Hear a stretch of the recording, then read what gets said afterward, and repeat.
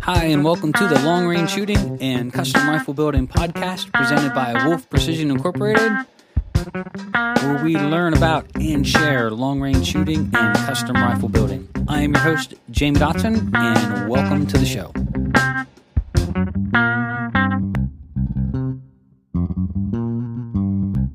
Hi, and welcome to episode 241 of Wolf Precision's Long Range Shooting and Custom Rifle Building podcast. I'm your host, Jamie Dodson, and welcome back to the show. In this episode, we're going to continue on our series in which we're going to cover the BDC turrets and BDC reticles, and what I consider them to be BDC standing for being duped for cash. And so I want to explain to you why this is so important, especially to the hunting community, and some ways to correct it and things to deal with it and just to watch out for it, and not really taking swipe at other companies, but just sort of explaining to you that, hey, this is sort of like fishing, and a lot of times it's got your wallet on the other end. So we're trying to get you the most for your money. We're trying to get you the best information we can to be able to solve these problems on your own, which is actually the correct way to do it as far as a shooter, a marksman, and a hunter. So without further ado, here we go. So before we get started, I want to say a quick thank you to a couple of our sponsors. I want to say thank you to Krieger Barrels. Krieger is the maker of fine cut rifle barrels. I just spoke with a gunsmith yesterday out in Nevada, and his number one go-to barrel is Krieger. You will hear that over and over again. We're excited to bring John Krieger on for an interview later this year. Really a great company, family owned and operated, what I would consider one of the best in the industry, maybe the best in the world. They are hand-lapped, cut rifled barrels that are meant to shoot, and their quality is nothing short of the best. That's why we use them here. They have a new program called Krieger Direct, where you can order your barrel off of their online store and their inventory and have it in as little as 2 to 3 business days. They also have a place on their website where stuff that was either canceled or orders that the customer changed their mind on, and you'll see just some oddities up there for sale as well. And sometimes you can pick through and get some barrels out of there as well. So if you want the best and you need it now, you can stop over to Krieger Barrels. That's KriegerBarrels.com today. We'd also like to thank MDT. MDT is the maker of fine rifle chassis. They just released several new chassis. I just seen an email come across my desk. They really are leaders in the market and innovation. They have focused on what they are the best at, and that is chassis and stocks, and I think they've done a fantastic job. We have several of their chassis here that we use here at our shooting school, and they have not failed us yet. So the H&T 26 right down to the Oryx, which is still one of my favorite chassis for under $1,000, that really is good for about everything, whether it's varmint hunting, whether it's going on a big game hunt, which we have world-class shooters that actually use this chassis for their hunting rifle, or whether it's just for building a rifle that's going to be your first custom. It's retails for right around $439, and in my mind, one of the best on the market. And don't forget about the Premier, the J. Allen, and the ACC Elite. So if you want to upgrade your rifle and you would like to get it to fit you properly with an adjustable length of pull and adjustable teak piece, you can stop over to mdttac.com. That's mdttac.com today. So the BDC reticles, or more importantly, the BDC turrets. There is so much to unpack here, and I'm trying to come at this not at an adversarial, like I'm just going to point out everybody else's flaws in their business model, because it's really not a flaw. It is a business model, and it's designed to keep people employed and offer a service or something along that lines to their customers, which maybe in some cases adds value. But I'm going to come at this as a marksman and a teacher, not really Wolf Precision, Jamie Dodson, president, all that stuff. When you talk about a BDC turret and sort of them closing the curtains and saying, hey, don't look behind here, the man behind the curtain at Oz, let us just do this for you, and we're just going to take so much of the wear and tear out of your ability to shoot at distance. You just simply dial up to the yardage and shoot. And all we need to know is a couple simple things, and we can actually get this dialed in for your rifle. There are so many things that does not work with, and I just want to share with you because there are areas that this shines and it works perfectly. There are techniques using the reticle itself as well as just dialing your dope that works just the same, if not better, because you have better control over the weather. But when you get beyond distance, that's where you run into problems. So I'm going to attack this or sort of address this in a couple different ways. So let's talk about what the BDC turrets are going to try to do. So for example, if you go to Gunworks website, they can offer to make you a ballistic turret And the first ballistic turret that they're going to offer you for sale is $1,275 for that turret. If you want a second turret at a different elevation, it's an additional $595 so basically for 2 turrets, it's going to be $1,870. And what they're really asking for is elevation and temperature, and they're going to supposedly make you a turret. And then all you have to do is dial up to those distances and shoot. So let's break this down into short range, medium range, and long range. When we start talking about BDC turrets at short range, they're absolutely worthless. When you start talking at shots of 300 and in, or let's just say 0 to 300 yards, most of the time your ballistic drop isn't that much. For example, at 200 yards, the average rifle is going to require about 1.75 MOA or about 0.4 mils. It's not dropping much at all. Really, you can almost hold just slightly above dead on and kill the animal. And then at 300 yards, the average rifle is really about 3.5 to maybe 4 minutes, which is very quickly to turn up on the knobs, or it's 1 mil radian. That is across the board. In 20 years of teaching the long-range shooting school, I have used those numbers, and most of the time the students are hitting at center or close to center. So 0 to 3 is not mystical or magical. It's just because we're always shooting about the same velocity. So, figure somewhere in between 2680 and 3000 feet per second, give a little bit. And then at those distances, the BC doesn't play that much of a role. Just a little bit with your scope height, and bang, you're off to the races. So most of your hunting shots, at least in our neck of the woods, are probably 300 and in. I would say even in big game hunting, a lot of your shots are probably still 300 and in. You're going to get some outliers and some places where that does stretch out a little bit, but I would say that's pretty fair. When you start talking statistically, I would say more than half. When you get to 300 to 500 yards, which I would consider medium range, again, the BDC turrets seem like they're the magic answer simply because the weather and trajectory hasn't really changed that much and having a massive impact on point of impact or where you're going to hit on the target. So are they still worth anything from 300 to 500? And my answer still would be no, because it's very simple to dial or hold over at those distances. They're close range. If the animal is standing at 400 or 500 yards, it's simple. Look at your 400-yard dope, dial it in the turn, and shoot. It's no different other than you're just going to have to look at your dope chart or just simply know your rifle. It's no different whatsoever. 500 and beyond, so 700 to 1,000 yards, in my honest opinion, with no strings attached, you are in serious, serious trouble. The reason being is when these companies ask for information about your rifle, there is a litany of things that happen during both the break-in period as well as with other aspects to the environment that will make a train wreck of something that somebody just printed out without actually proofing and doping for the rifle and compensating for the fact that your barrel is going to break in and you're going to pick up velocity. So that being said, there's a lot of guessing that goes on and there's a lot of error.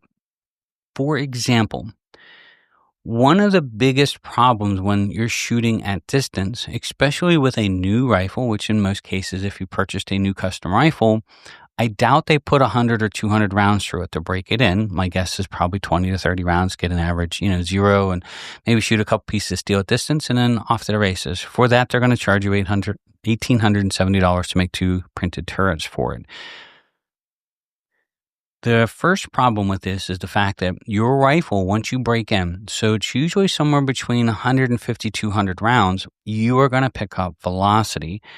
It's almost like you've seasoned your barrel, and this has been documented a million times here at the school. A lot of our shooters, we go through barrels every year through the school, so we know to expect this and we know to watch for it. What's going to happen right out of the gate with your ballistic turret is it's based off of a velocity, but it's also based off of velocity with a new rifle. If you pick up, which average is probably 40 to 80 feet per second, and we've seen extreme instances where we have picked up nearly 100, even though the barrels are from the same lot. They can be 50, 80 feet per second apart as they break in.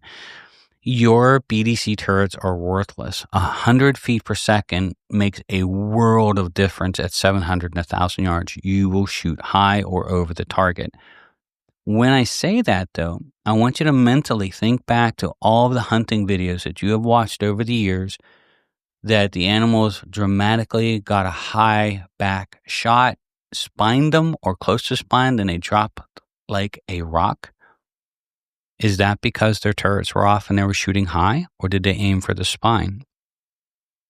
I can go back in my memory and I can probably pull up 100 animals where I've seen videos, whether it's the hunting channels that we watch in the different episodes of different TV shows, where they've hit high above the shoulder and almost missed hitting them on the spine. And of course, the animal, it's very dramatic, drops like a rock.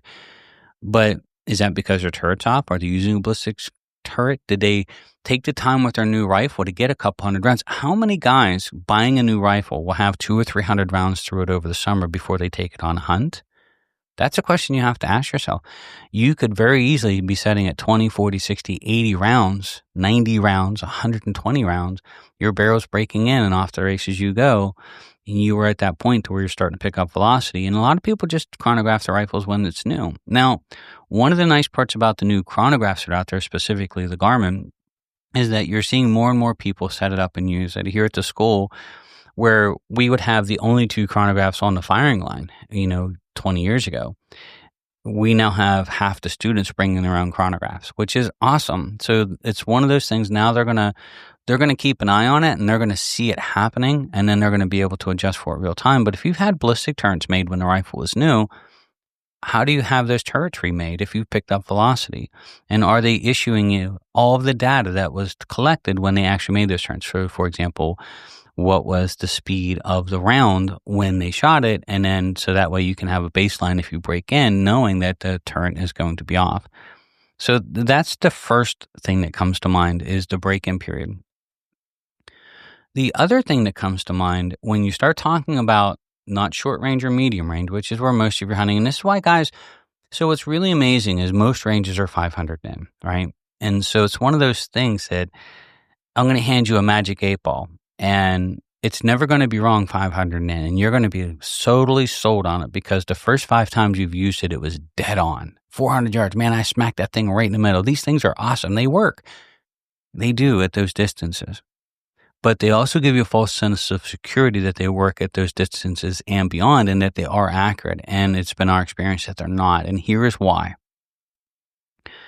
When someone simply asks for elevation and temperature, that is only part of the equation that has to do with your ballistics. So when we shoot at distance, although it's not standing for the terminology that you would think it is, I tell newer shooters, especially those that are starting to grow, is remember the words or the letters WTF. And it does not stand for what you think it does. Now, if you get all this wrong, it may stand for that, right? When you have a really bad miss. Or maybe this is something that you're going to use when you use a turret and you find that you shot way over or way under at those distances. But what it truly stands for is when we're approaching a shot, weather, trajectory, fundamentals. If all else fails, just remember that's the 3 things that you need to make shots, especially at distance. And when we talk about weather, what we're talking about is density altitude. Now, density altitude is more than just elevation and temperature. And here's where these things get into really, really big trouble. And it's not really crazy science to sort all this out. But when we look at density altitude, especially prior to all of your ballistics apps that we have now, we didn't really pay much attention to the temperature, the heat, humidity, all of these things that make it up. All those things combined give us a number that's called density altitude. And what's really cool, if you get a Kestrel that has the ability to read density altitude, is when you go through the screens and you'll come to a master screen where it lists 3 or 4 things at one time. Usually there's a mountain, and there's a mountain with a D beside it. The mountain stands for the elevation based off the barometric pressure based off sea level. Or 0, and then it has a mountain with a D that stands for density altitude. And here at the school, we use this for a 45-minute conversation sitting at the firing line on day 1, because a lot of times our altitude, although we know it's right around 1,900 feet, the density altitude can read 3,800 feet. That is the number that causes shooters problems. What density altitude does is it takes into conditions that are well beyond just elevation and temperature. They require humidity, which also affects your dope at distance, and it also requires barometric pressure. What density altitude does is it tells you that, hey, even though we're standing at 1,900 feet on the map, we're actually shooting as if we're 3,800 feet in elevation. So as shooters, it doesn't matter to me what elevation you are on the map. And I tell guys this all the time, especially those that have our rifles, that if you're at 4,000 feet on the map, you'll probably never crack a round off at 4,000 feet, even though you're standing there. And the reason being, it has nothing to do with where you're at on the map. It has everything to do with the weather conditions and the simulated altitude in which you're shooting in. For example, a 1,000-foot swing in density altitude, and that takes into consideration those 4 parameters, 2 of which are missing on a lot of these people's turrets that they offer for sale. So it's taken in consideration when you talk about density altitude. It's the heat, right? The temperature, the altitude, really where you're at, the barometric pressure, and the humidity. And it's taking all of those and it's giving you a simulated height in which you're going to be shooting at. So, for example, if you're raise and fall 1,000 foot, so let's just say you are at 4,000 feet on the map. Well, there's a chance that you're going to be shooting at 3,000 feet or 5,000 feet in density altitude. This is why I love getting kestrels with the DA, because it gives you the answer to the 4 possible, pieces of data that are combined. So it's, it doesn't just say, hey, give me this information. It actually tells you what the answer is, and that's in the form of density altitude. 1,000-foot swing in DA on an average mil-radian-based rifle, so we're talking about mils, can be 2 to 3 tenths at 1,000 yards. That's 7 to 9 inches, high or low. And that's just a 1,000-foot swing. And then through experience at 700 yards, it's usually about a tenth or so. So at 700 yards, if we want to know what that is, we would take 7 times 0.36, which is the value of a tenth of a mil at that distance. And, we would say that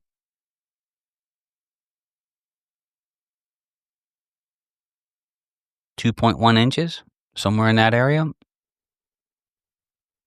It's not deal breaking, but it's spining them. Now, if you take that a 2,000-foot swing, which is in the realm of reality, this is really, you get the heat of the afternoon, you get a high pressure system moving in, you get, a good spike in temperature. Next thing you know, you're really getting high in density altitude. And now you're at that, 20 inches at 1,000 yards because you got a 2,000-foot swing, and potentially, 4.5, 5 inches at 700 yards. Well, if you're already 4.5, 5 inches high, and then you add in the fact that we're human and we're not able to actually put the bullet on a pin at 700 yards, and we shoot a little high just because of our ability to shoot or just shooter error, now you're talking, 6, 7 inches and 8 inches high on the animal, which in some cases is either a bad hit or a miss, right? So when you talk about BDC reticles, I always joke around with them a little bit, and I don't mean to be this in a way that's disrespectful, but I always say it's being duped for cash. That's what it stands for in my book, because I have watched so many of these come through the school and have so many issues at distance because they don't have the tools to modify it. In other words, what's engraved on the turrets is what's engraved there. They can't modify it because the fact that their bullet will speed up as their barrel breaks in. They can't modify it to the bigger swings and these temperatures that density altitude will play in. What I really recommend to people to do is, rather than relying on things that I consider a little gimmicky, and I even go down the rabbit hole, and I know I hope I don't offend people with this, but sometimes technology is bleeding way too far into this too, even with our scopes being linked to our apps where we can download all this weather and it sends it over to our scope and it tells us right now. We still have to modify our density, altitude, and some other things, as well as bullet speeds and things like that real time. If you know your rifle well enough, it's a little bit easier to do as you keep shooting and growing with a rifle, but removing yourself and just depending on the technology to tell you what to do rather than learning your rifle and learning what it does in these different conditions is really the difference between what I would consider someone who's going to have extreme confidence when that shot is really far out there. Someone who's not cocky, right, but just confidence they're not going to have that little ping that's be like, oh man, I hope this thing works.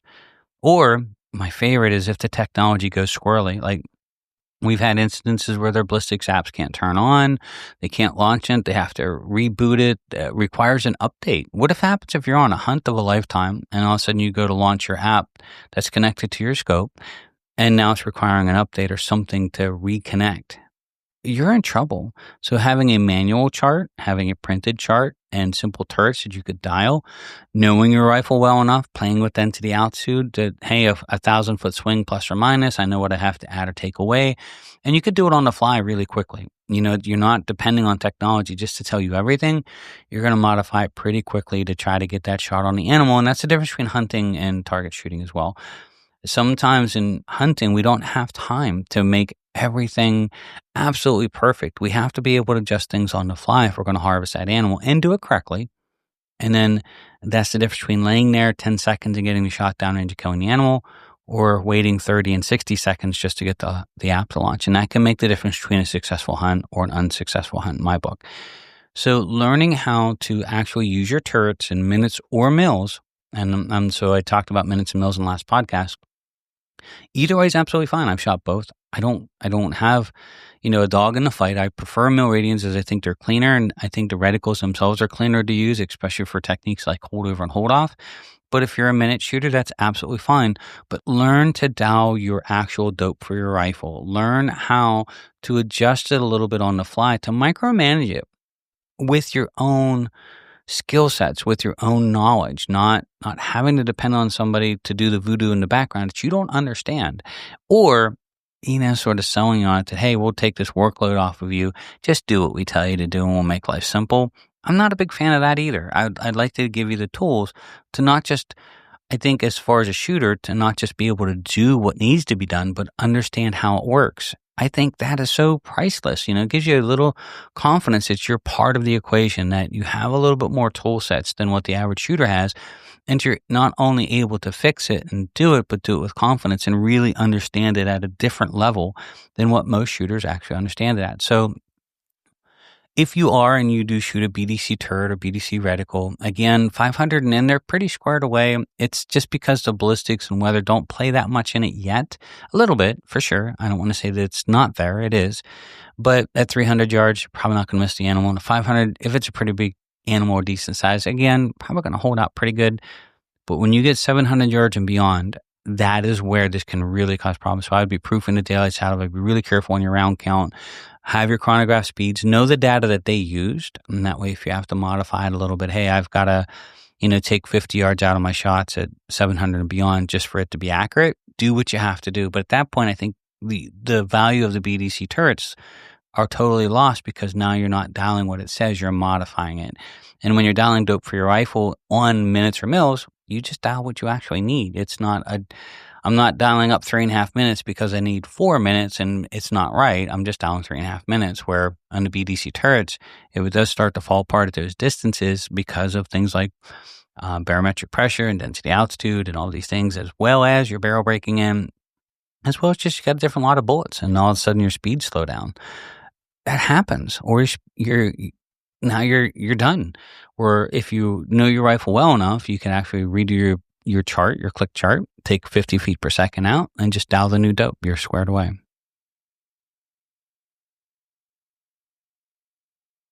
Before we continue on, I do want to say thank you to our last sponsor. TriggerTech has been a maker of really awesome rifle triggers. I really like them a lot for many different reasons. Number one is they're one of the safest triggers on the market. They are a sponsor of the podcast here. We use them in all of our custom rifles. We recommend them in all of our custom rifles. They're easy to install. They're easy to adjust. They make single stage, 2-stage, match grade triggers. The new Diamond Rough, which I really like a lot. We've sold several of those to customers here. They don't dial down quite to 4 ounces, but a super breaking trigger. Really, really fantastic company, and what I would consider to be one of the best triggers on the market. So if you want to upgrade your rifle and you like to do it with a trigger, you can stop over to triggertech.com and check out their fine selection today. So I hope this comes off with not just, I'm going to take a hammer and start beating on everybody because, I just want to beat them up and say that they're wrong and I'm right. I'm not doing that at all. But what I want to do is with maybe more of a servant heart, say, hey, as a shooter, not Jamie Dodson, the business owner or the owner of Wolf Precision or the instructor here at our school, but just as a shooter, I really would like most people to sit back and think about it a little bit. And then I would really like them to learn how to dial their dope and work with the actual turns in minutes and mils. Number one, it would save you a fair amount of money. But number two, learn those skill sets to adjust that on the fly and make those corrections. And your future self may thank you.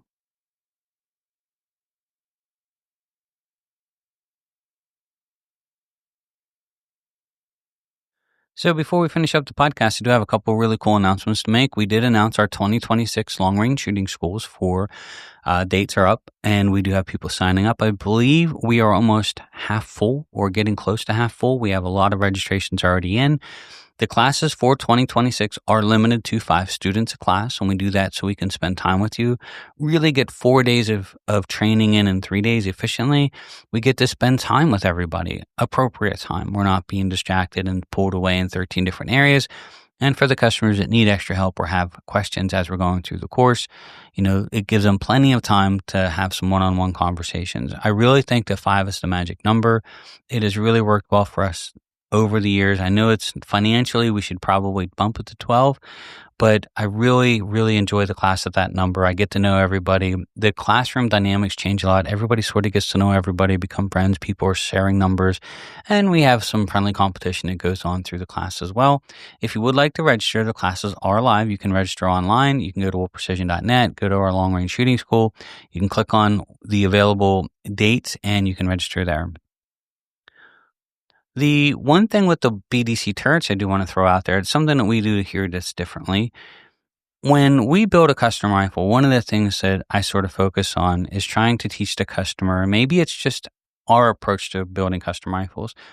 I'm trying to give the customer, and my goal is to give them the tool sets, not just to take the custom rifle in their hands and go and just start shooting it, is in the building process of it, we would like to share with them how the rifles are built, how to maintain it, how to tear it apart, how to clean it properly. All of these things are so, so important, which will lead into our gunsmithing schools that are going to kick off this fall and winter, as well as our online gunsmithing school, or what we consider a prosumer gunsmithing school that we'll be announcing.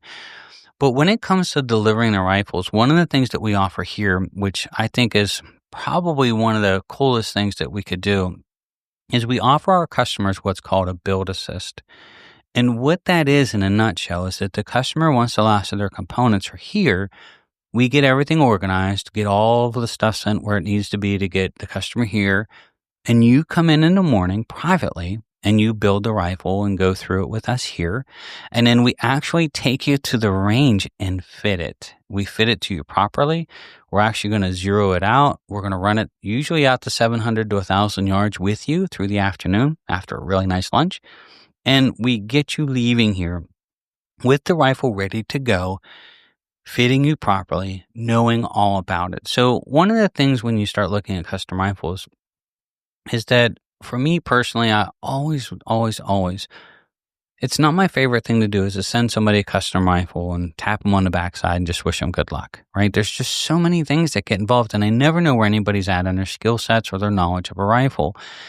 So what's really cool is that you can come in and you can actually do a one-on-one, what's called a build assist. And you don't need a BDC reticle. You don't need any of that stuff. We're actually going to dope your rifle with you and go through the process, but actually fit it to you properly. You're going to actually get to enjoy the rifle under the guidance of the people who actually build it. And part of that is you.